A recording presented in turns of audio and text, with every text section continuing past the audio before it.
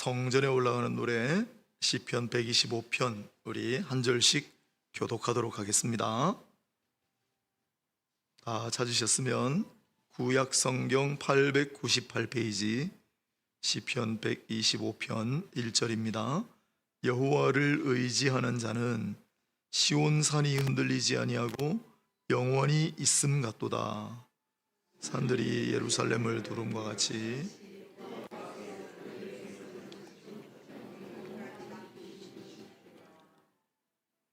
악인의 규가 의인들의 땅에서는 그 권세를 누리지 못하리니 이는 의인들로 하여금 죄악에 손을 대지 아니하게 함이로다. 여호와여, 선한 자들과 마음이 정직한 자들에게 선대하소서. 함께 읽겠습니다.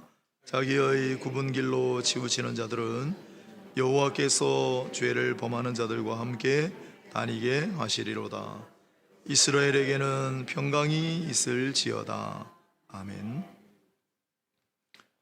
여호와를 의지하는 자는 제목으로 말씀을 함께 묵상하도록 하겠습니다. 오늘이 이곳에서 마지막 시간이니 또 감회가 새롭습니다마는 오늘 이사벨 은혜홀이라고 이름 붙이고 이 지하의 공간에서 우리 금요기도회 아마 이젠 영원히 다시 돌아오지 않을 장소와 시간이 아닐까 생각이 듭니다. 우리가 분이엘을 임시거처로 삼고 예배를 드리고 또 새 예배당을 건축하는데 분이엘에서 2번이나 예배를 드리고 또 2번씩이나 새 예배당을 건축하는 일은 한국 역사에 이전에도 없었고 이후에도 없을 그러한 기이한 인연이다 라고 생각이 듭니다. 이사벨에서는 짧게 이곳 지하 공간만 빌렸지만은 또 앞으로 2번 오겠습니까? 이 시간이 오늘 종결하는 시간으로 오늘 또 본문 말씀이 의미가 있다 생각합니다. 여호와만을 의지하라. 여호와만을 의지하라. 그래서 오늘 본문 첫머리는 여호와를 의지하는 자는 이렇게 시작합니다. 여호와를 의지하는 자는 당연히 여호와를 의지하라 라는 말이 전제로 되어 있는 거겠죠. 여호와를 의지하라. 여호와를 의지하라. 시편 125편인데 시편 125편보다 훨씬 앞에 37편 5절로 6절에 여호와를 의지하라 하는 구절이 있습니다. 여호와를 의지하라. 그리하면 그가 이루시고 내 의를 빛같이 내 공의를 정오의 빛같이 하시리로다. 그런 구절이 있습니다. 여호와를 의지하라. 그가 이루신다 말하는 겁니다. 또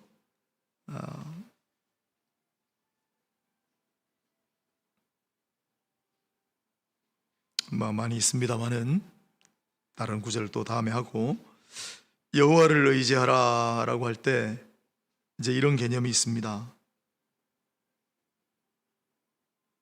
사람을 의지하지 말라. 잘 아시겠지만 사람을 의지하지 말고 여호와를 의지하라 하는 게 먼저 전제로 깔려 있죠.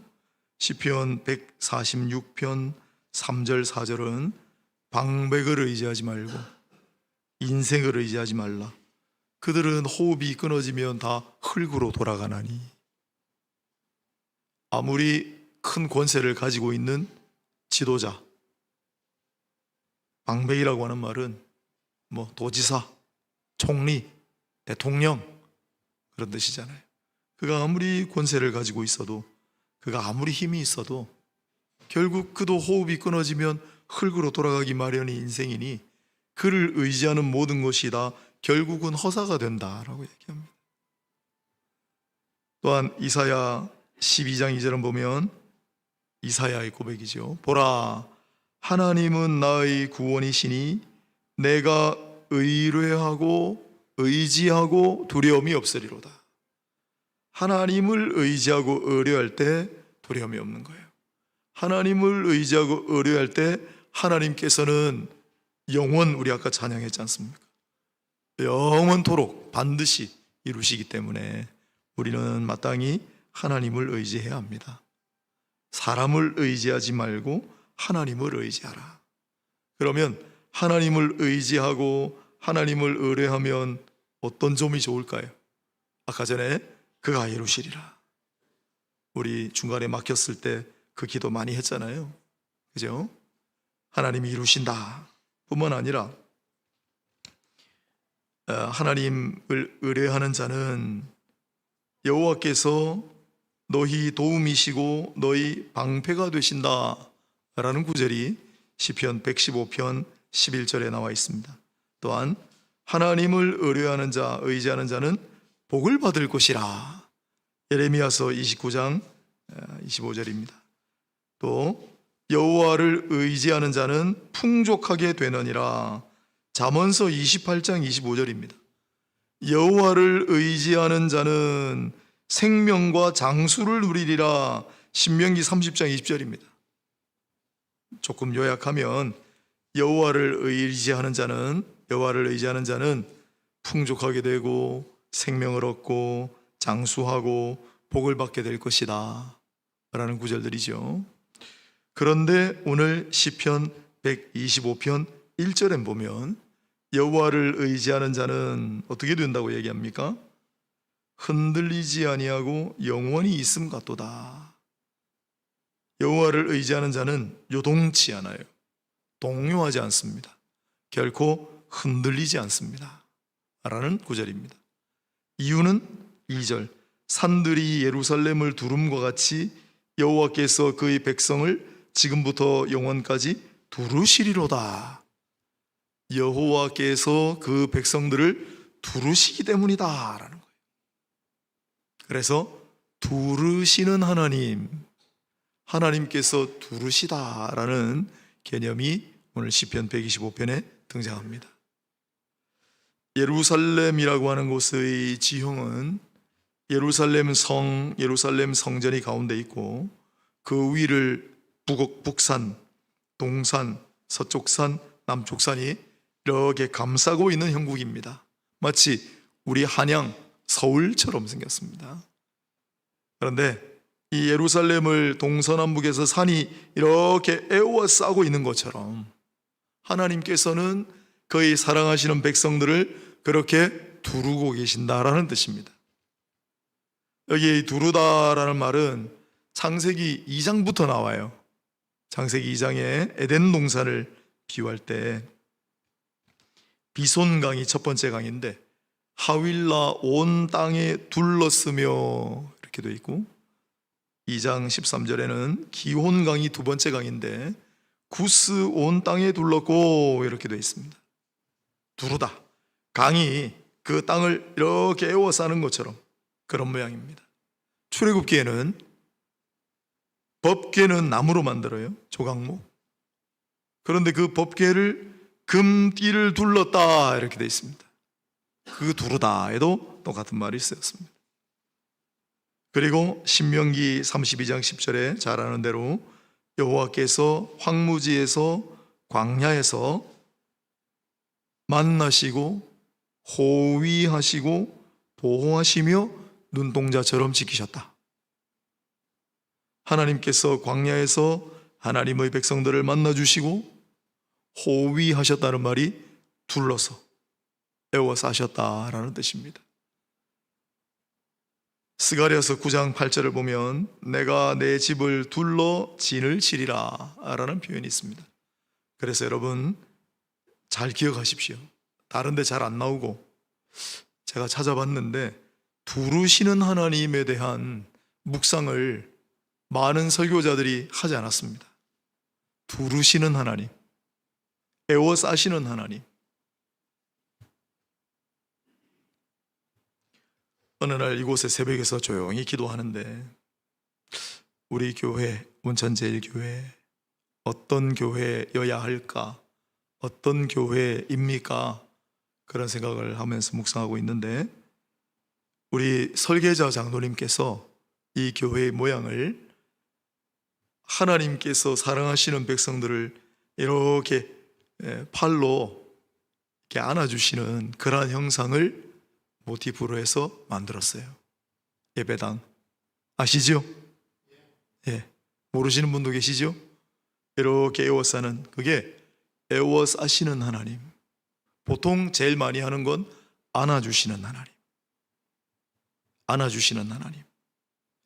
안아주신다는 말은 뭔가 좀 내가 힘들고 지치고 외롭고 고달플 때 이리 오너라, 내가 안아줄게 있잖아요. 그 외국에서 시작된 허그미라는 운동 아시죠? 영어로 허그미인데 우리말로 하면 안아주세요라는 뜻이에요. 종이에다가 써가지고 안아주세요 하고 들고 있으면 어떤 일이 벌어질까요? 궁금하시면 내일 해보세요. 사람 많은 데 가서 안아주세요 하고 이렇게 들고 서 있으면 아무 이유 없이 전혀 모르는 사람이 와서 진짜 안아주고 갑니다. 사람들도 우리를 안아줘요. 그죠? 아이고 힘들지요. 아이고 괜찮아요. 그거 안아주시다는 거예요. 그런데 이 두루시다라는 말은 그 안아주다라는 것보다는 조금 더 다른 표현인 것 같아요. 그래서 조금 더 다른 결론이 품어주시는 하나님. 품어주시다. 품어주시다는 포근하게 감싸 안아주시는, 안아주시다라는 그런 개념이 있는 반면에 또 하나는 독수리가 자기 새끼를 품는 것 같이, 암탉이 병아리를 품는 것 같이 이렇게 감싸 안는 거예요. 또 무슨 의미가 있어요? 비바람으로부터, 사나운 대적으로부터 지켜주는 거예요. 새끼를 이렇게 감싸잖아요. 그게 품어주시다가 아닐까. 그래서 우리 교회는 하나님께서 품어주시는 교회이면 좋겠다 라는 생각을 갖게 하셨습니다. 여기 앉아서 기도할 때 얼마 전에. 이게 바로 두르시는 하나님. 그건 좀 잘 안 쓰는 표현이니까 이렇게 품어주시는 하나님. 그래서 우리의 지친 심신을 달래주시기도 하고, 때로는 우리가 힘들고 고달플 때 위로해 주시기도 하고, 외롭고 쓸쓸할 때 내가 있잖아 하고 안아주시는 그런 의미도 있는 반면에, 우리의 사나운 대적으로부터 우리를 지켜주시고 모진 풍파로부터 우리를 막아주시는 그러한 하나님의 보호하심의 뜻도 있지 않는가 라고 생각을 합니다. 그래서 오늘 본문에 여호와를 의지하는 자는 여호와께서 그를 애둘러 품어주시리로다, 그를 감싸 안아주시리로다, 이런 의미로 받아들이게 되겠습니다. 그래서 그런 하나님의 보호를 받을 때 어떤 일들이 있는가를 3절, 4절, 5절을 통해 봅니다. 3절을 보면 악인의 규가 의인들의 땅에서는 그 권세를 누리지 못하리니 이는 의인들로 하여금 죄악에 손을 대지 아니하게 함이로다. 절묘한 이 말씀에 무릎을 쳤습니다. 하나님은 너희 방패요 너희 상급이시다. 아브라함에게 하나님께서 처음 하신 말씀이거든요. 아까 전에도 여호와를 의지하는 자에게 여호와께서는 도움이 되시고 방패가 되신다라고 했죠. 방패 모양을 잘 생각해 보세요. 방패는 밖으로부터 우리를 지켜주기도 하지만 또 우리가 막 엇나가는 걸 막아주는 그러한 역할도 합니다. 우리가 그릇된 길, 악한 길로 막 뛰쳐나가려고 하는 걸 막아주는 안전장치다. 하나님은 늘 우리가 그릇된 길로 달려나가는 것을 제어하시고 우리가 멸망의 길 걸어나가는 것을 막아주십니다. 이렇게 감싸 안으셔서 그 길로 가면 안 돼. 셰익스피어가 지은 맥베드라고 하는 작품이 있거든요. 맥베드. 이 맥베드는 장군입니다.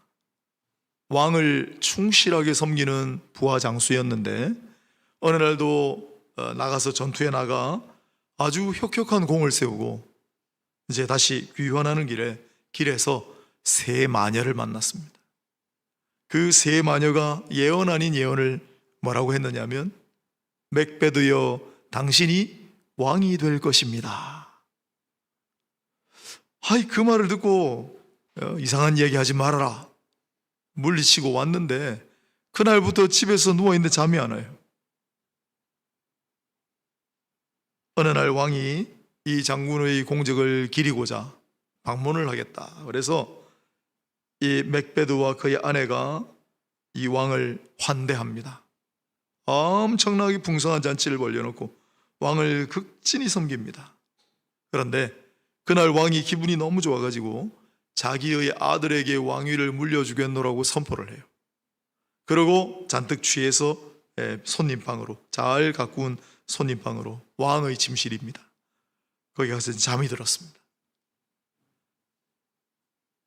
왕이 되리라 하는 예언에 안 그래도 뒤숭생숭한데 이 국왕이 자기 아들에게 선양한다는 말을 듣자 자기는 왕이 된다고 했는데 그 아들한테 왕 물려주면 자기 왕 될 가능성이 없잖아요.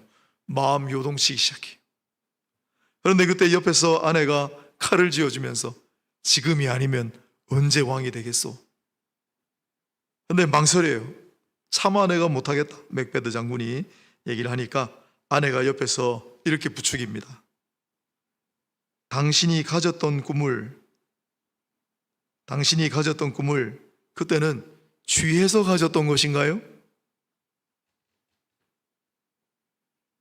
당신이 욕망하는 만큼 행동하고 도전하는 것이 그렇게 두렵습니까? 인생의 보물을 간절히 원하면서도 평생 겁쟁이로 살까요? 감히하는 생각 때문에 한다라고 하는 의지를 꺾을 건가요? 거사를 치르고 피를 묻혀서 시종들에게 죄를 뒤집어 씌우면 되잖아요. 이게 아내의. 그래서 왕이 단검을 가지고 들어가서, 맥베드가 단검을 가지고 들어가서 왕을 찔러 죽였습니다. 그리고 자기가 왕이 돼요. 그런데 이후에 내용을 아시겠지만 계속 악령에 시달립니다. 그 이후로 단 한 번도 발 뻗고 자지를 못합니다. 그리고 계속 사람들을 죽입니다. 결국은 자기도 비참한 결말을 맞이하게 됩니다. 이 모든 시작이 세 마녀였어요. 세 마녀가 무슨 노래를 하면서 나오느냐면 아주 인상적인 노래입니다. Fair is foul, foul is fair. 아름다운 것은 추한 것이고 추한 것이 아름다운 것이다. fair는 정당한도 되니까 정당한 것은 좋지 못한 것이고 좋지 못한 것이 정당한 것이다. 말이 되는지 안 되는지 이런 노래를 하면서 왕을 부추기고 맥베드 장군을 부추기고 결국은 끔찍한 살인을 저지르게 하는 오늘 본문에 악인의 규가라는 말이, 권세를 누린다라는 말이 그렇게 연약한 인생을 휘두르는 거예요. 그래서 죄악에 손을 대게 만드는 거예요. 그걸 위해서 때로는 선대하기도 해요. 잘 대해주는 거예요. 사탕발림으로 가머니설로 속삭여요. 그러나 우리 하나님은 그와 완전히 반대다. 하나님은 우리를 선대하시지만, 하나님의 사랑하시는 자녀들, 백성들을 선대하시지만, 지극히 환대하시지만 결코 악의 길로 나아가는 것을 내버려 두지 않으신다. 결코 죄악에 손을 대지 않게 하신다 라는 사실을 우리가 알아야 할 것입니다. 여호와를 의지하는 자는 결코 죄악에 손을 대지 않게 하시고 그릇된 길로 찾아 나서지 않도록 미연에 막아주시는 거예요. 사랑하는 여러분, 잘 아시죠? 어떤 아버지 목사님하고 아들 목사님하고 대화를 했다잖아요. 아들 목사님이 아버지 오늘 참 제가 하나님 은혜를 너무너무 크게 입었습니다. 밖에 나가서 자동차 사고가 났는데 하나도 안 다치고 차도 많이 안 부서졌어요. 아버지 목사님 뭐라 했다고요? 얘야, 나는 매일 하나님 은혜를 입고 산다. 난 한 번도 차 사고 난 적이 없다. 하나님께서 미연에 막아주시고 어려운 일이 아예 생기지 않도록 평안하게 지내게 하시는 것, 그게 하나님 은혜의 절정입니다. 오늘 본문 제일 마지막에 이스라엘에게는 평강이 있을지어다 그래놨잖아요. 물론 우리가 환난 가운데, 고통 가운데 하나님 살려주세요, 하나님 우리를 구원해 주세요, 하나님 이 어려움에서 나를 끌어내어 주세요 라고 해서 하나님께서 은혜를 베풀어 주실 때도 있지만, 그게 없을 수는 없지만 제일 좋은 거는 그저 그냥 그런 지경에 빠지지 않도록, 그런 악한 길에, 그런 그릇된 길에 빠지지 않도록 미리 막아주시고 그 길로 못 나가도록 하시는 하나님의 은혜가 더욱 큰 것입니다. 하나님을 절대적으로 의뢰하고 의지하는 자는 바로 그와 같은 은혜 가운데 두신다는 거예요. 또한 서두에 말씀드렸습니다마는 하나님께서는 하나님을 의지하는 자를 4절 5절에 보면 선한 자, 마음이 정직한 자, 그리고 죄를 범하는 자들 되지 않게 하시고 굽은 길로 치우치는 자들 되지 않게 하시고 그저 선한 자들, 마음이 정직한 자들, 평강을 누리는 자들로 살아가게 하신다는 거예요. 그러려면 사나운 대적들, 사나운 폭풍들로부터 우리를 지켜주셔야 합니다. 성경 구절에 많이 있습니다. 여호와를 의지하라, 그리하면 그가 네 발을 지켜 걸리지 않게 하시리라. 잠언서 3장 26절. 하나님을 의지하는 자는 걸려 넘어지지 않게 하신다. 잠언서 29장 25절. 하나님을 의지하라, 그리하면 올무에서 벗어나 안전하게 하시리라. 걸려 넘어지지 않게 하고 올무에 걸리지 않도록 하나님께서 미리 막아주시고, 시편 60편 12절을 보면 하나님을 의뢰하라, 그가 너희 대적을 밟으시리라. 시편 56편 11절을 보면 하나님을 의지하라, 그리하면 사람이 내게 어찌하랴. 대적들로부터 막아주시고 지켜주시는 하나님의 은혜가 하나님을 의지하는 자들에게 있다라고 말씀하십니다. 하나님을 의지합시다. 사람 의지하지 말고, 우리의 가진 수단을 의지하지 말고,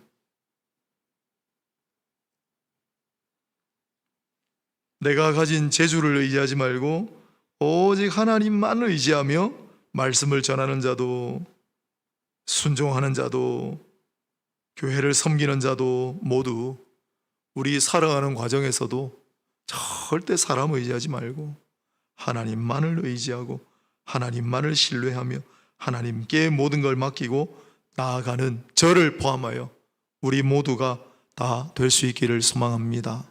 그 하나님을 의지하는 자에게 하나님 복을 주시겠다 약속해요. 많은 복을 약속하셨는데 특히 시편 125편은 이렇게 감사하셔서 절대 흔들리지 않게 하시고 밖에서부터 쏟아져 들어오는 화살과 모든 폭풍으로부터 우리를 막아주시고 지켜주시며, 또한 우리가 잘못된 길로 막 빠져나가지 않도록 든든한 울타리가 되어주신다고 약속하십니다. 어떤 자에게? 하나님을 의지하는 자에게. 그러면 하나님을 의지한다는 것은 무슨 뜻입니까? 기댄다는 거예요. 기댄다. 여러분 잘 생각해 보세요. 사람에게 기대는 거는 좋지 않습니다.